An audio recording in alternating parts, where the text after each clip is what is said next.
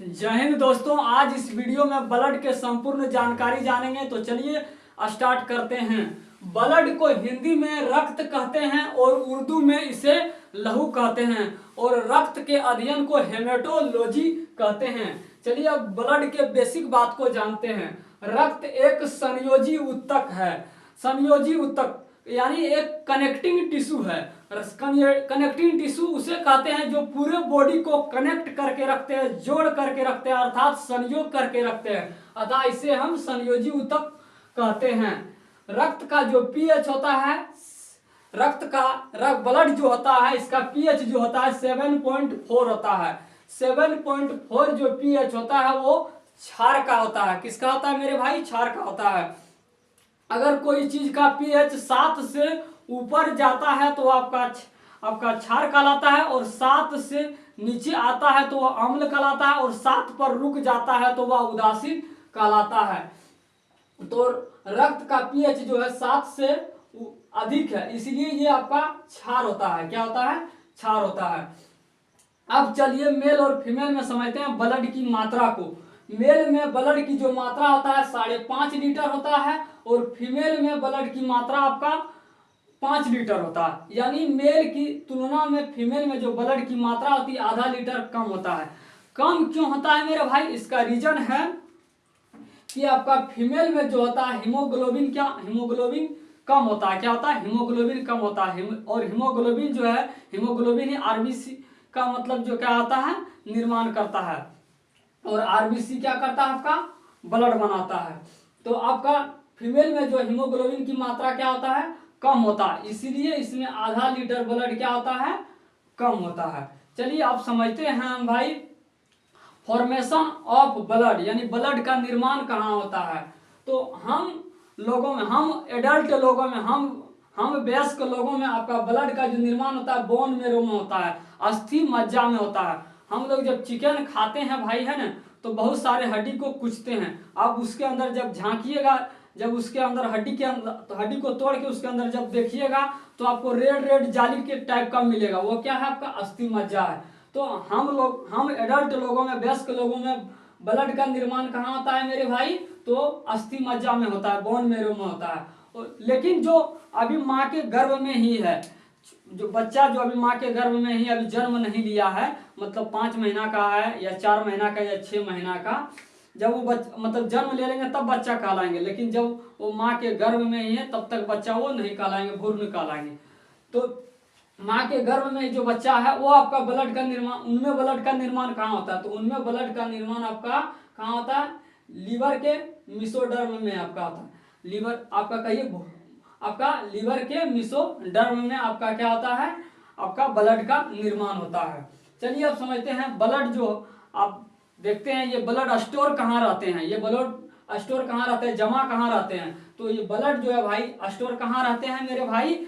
आपका बाएं साइड जो है आपका, ये बाएं साइड यहाँ आपका क्या होता है? एक पिल्ली आपका, ये क्या होता है? स्प्लीन होता है, जिसे हिंदी में हम पिल्ली या तिला कहते हैं। वहां पर ब्लड क्या होता है? वहीं पर ब्लड क्या रहता है? स्टोर रहता है, और इसलिए इसे ब्लड बैंक भी कहा जाता है। इस स्प्लीन को, इसीलिए स्प्लीन को ब्लड बैंक भी कहा जाता है। और आरबीसी जो होता है वो आरबीसी भी क्या आपका खराब हो जाता है, तो स्प्लीन में ही खराब हो जाता है, इसीलिए इसको हम कब्र भी कहते हैं। आपका स्प्लीन को कब्र भी कहा जाता है। तो आपका स्प्लीन को ब्लड बैंक भी कहते हैं और ग्रेवयार्ड, कब्र भी कहते हैं। यहाँ पर आरबीसी खराब होता है।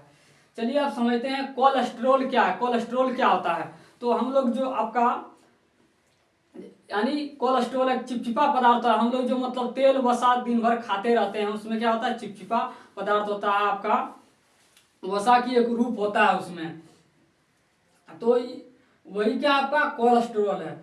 आपका अगर रक्त में जो है मतलब जो है आपका चिपचिपा पदार्थ यानी वसा, यानी आपका चर्बी अगर अधिक बढ़ जाएगा, है ना, तो रक्त आपका, रक्त को क्या दिल पर क्या होगा? ये भाई चिपक जाएगा, और मतलब जो है घातक बीमारी का रूप ले लेगा। दिल को मतलब धड़कने नहीं देगा, तो दिक्कतें आ सकती है। तो कोलेस्ट्रॉल जो है आपका, ये इसकी मात्रा 200 ग्राम प्रति डेसीलीटर होना चाहिए। कितना होना चाहिए? 200 ग्राम प्रति डेसीलीटर होनी चाहिए। अब एक चीज है हीमोग्लोबिन। हीमोग्लोबिन हीमोग्लोबिन में क्या होता है, हीमोग्लोबिन को शॉर्ट में एचबी कहते हैं। हीमोग्लोबिन में जो होता है मेरे भाई आयरन होता है, लोहा होता है। मेल में जो है आपका हीमोग्लोबिन की मात्रा 14 ग्राम डेसीलीटर होता है। कितना होता है मेरे भाई, 14 ग्राम डेसीलीटर होता है। और फीमेल में जो होता है आपका हीमोग्लोबिन की मात्रा 13 ग्राम डेसीलीटर होता है। 14 ग्राम डेसीलीटर कहने का मतलब पूरा मतलब बहुत कम, यानी 1 ढक्कन। और उस कम में भी आपका जो होता है फीमेल में क्या होता है, इसके तुलना में मेल की तुलना में थोड़ा क्या होता है, कम होता है 1 ग्राम डेसीलीटर। तो आपका क्यों कम होता है मेरे भाई, तो इसमें क्या होता है, आयरन की मात्रा क्या होता है, कम होता है। आयरन की मात्रा क्या होता है, कम होता है फीमेल में। तो जिसमें आयरन की मात्रा कम होगा उसमें हीमोग्लोबिन भी क्या होगा, कम होगा। तो इस आपका देखिएगा, आप कोई एक मेल को मारिए फैट और एक फीमेल को मारिए, तो मतलब मेल को उतना नहीं लगेगा, फीमेल का तनी झंझना जाएगा, बोलेगा बाप रे बाप एकदम दर्द उठा दिया है ना। तो आपका हीमोग्लोबिन इसमें आपका मेल में 14 ग्राम प्रति डेसीलीटर होता है और फीमेल में 13 ग्राम डेसीलीटर होता है। अब चलिए रक्त परिसंचरण के बारे जानते हैं। हमारे बॉडी में रक्त जो होता है मतलब हमेशा सर्कुलेट करते रहता है, इसलिए इसे हम सर्कुलेटरी सिस्टम या हम रक्त परिसंचरण तंत्र कहते हैं। इस बात की जानकारी सबसे पहले विलियम हार्वे ने दिया था। किसने दिया था मेरे भाई, विलियम हार्वे दिया था। अब चलिए आगे समझते हैं ब्लड के कार्य को। ब्लड का सबसे पहला और इम्पोर्टेंट काम है मेरे भाई ताप को नियंत्रण करना। ताप को नियंत्रण करना विलियम हार्वे साहब ने कहा था। मतलब जो है ब्लड का सबसे पहला काम क्या है, ताप नियंत्रण करना। अन्य आप जैसे देखिएगा कोई चीज को मतलब आप रगड़िए तो तब तक क्या रहेगा, गर्म रहेगा, छोड़ दीजिएगा तो क्या होगा, ठंडा रहेगा। तो ब्लड जब तक चलते रहता है क्या होता है, ये तापमान को नियंत्रित करता है। हमारे शरीर को टेम्परेचर जो होता है हमेशा 37 डिग्री सेल्सियस रखता है। मर जाने के बाद बढ़ या घट जाता है। दूसरा काम है इनका पोषक पदार्थ का परिवहन। पोषक पदार्थ का परिवहन, हम जो भी चीज खाते हैं उसका जब पाचन होता है तो मतलब क्या करता है, रक्त में क्या करता है, मिला देता है। यानी जैसे आपको कोई दवा खाते हैं या सुई लेते हैं तो उसमें पोषक पदार्थ होता है, उस पोषक पदार्थ को क्या करता है ब्लड यानी पूरे रक्त में क्या करता है, मिला देता है। तीसरा काम है इनका गैसों का परिवहन। गैसों का परिवहन मतलब जो है या क्या करता है, ऑक्सीजन को क्या करता है, लेता है और कार्बन डाइऑक्साइड को क्या करता है, बाहर निकालता है रक्त। चौथा इनका काम है उत्सर्जी पदार्थ का परिवहन। हम लोगों के शरीर से खराब पदार्थ को क्या करता है, ये बाहर मतलब आपका निकाल करके किडनी को देता है। किडनी पूरा पेशाब के रास्ते क्या करते हैं, बाहर निकाल देते हैं। तो उत्सर्जी पदार्थ का भी परिवहन करते हैं। अब चलिए रक्त को ब्लड के हम समझते हैं ब्लड किन किन चीजों से बना है, ब्लड का कंपोजिशन, ब्लड किन किन चीजों से बना है। तो ब्लड की 2 पार्ट होता है, एक आपका पार्ट आपका लिक्विड पार्ट होता है और दूसरा पार्ट आपका सॉलिड होता है। तो लिक्विड पार्ट को, पूरे ब्लड में जो लिक्विड पार्ट होता है उसे हम प्लाज्मा कहते हैं और ब्लड में इसकी मात्रा 60% होता है। और आपका कार्पल्स यानी रुधिराणु का पूरे ब्लड में इसकी मात्रा 40% होता है। अब रुधिराणु जो है आपके 3 टाइप्स के होते हैं रुधिराणु। एक आपका आरबीसी होता है, एक डब्ल्यूबीसी होता है, एक प्लेटलेट्स होता है। अब इसके टेक्निकल नाम को समझते हैं। तो आरबीसी का जो टेक्निकल नाम होता है भाई रेड ब्लड कार्पल्स, और डब्ल्यूबीसी का आपका ये इसका पूरा फुल नाम है भाई, सॉरी इनका फुल नेम है।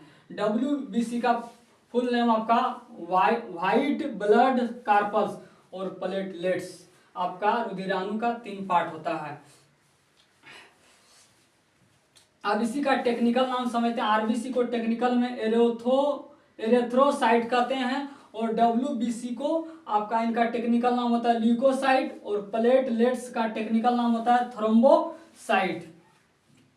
अब इसका जीवन अब इसमें समझते हैं, है ना, इनका जीवन काल। तो आरबीसी का जो जीवन काल होता है 120 दिन का होता है। 120 दिन के बाद ये क्या होता है, खराब हो जाता है। और आपका डब्ल्यूबीसी का जीवन काल आपका 14 दिन का होता है। 14 दिन के बाद ये खराब हो जाता है। और आपका प्लेटलेट्स का जीवन काल क्या होता है, 7 दिन का होता है।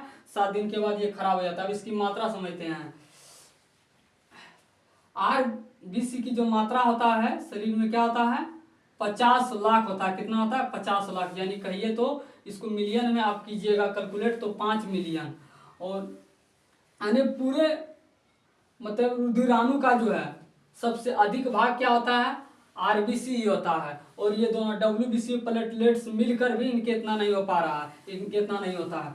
और WBC की जो मात्रा होता है शरीर में आपका कितना होता है, यानी ल्यूकोसाइड का 10,000 और प्लेटलेट्स थ्रोम्बोसाइड का आपका मात्रा कितना होता है मेरे भाई 2 लाख होता है। तो आप सभी को वीडियो समझ आया होगा, और वीडियो कैसा लगा होगा भाई आप लोग अपने कमेंट में एक प्यारा कमेंट दीजिएगा। तो चलिए आप लोगों को जय हिंद मेरे तरफ से।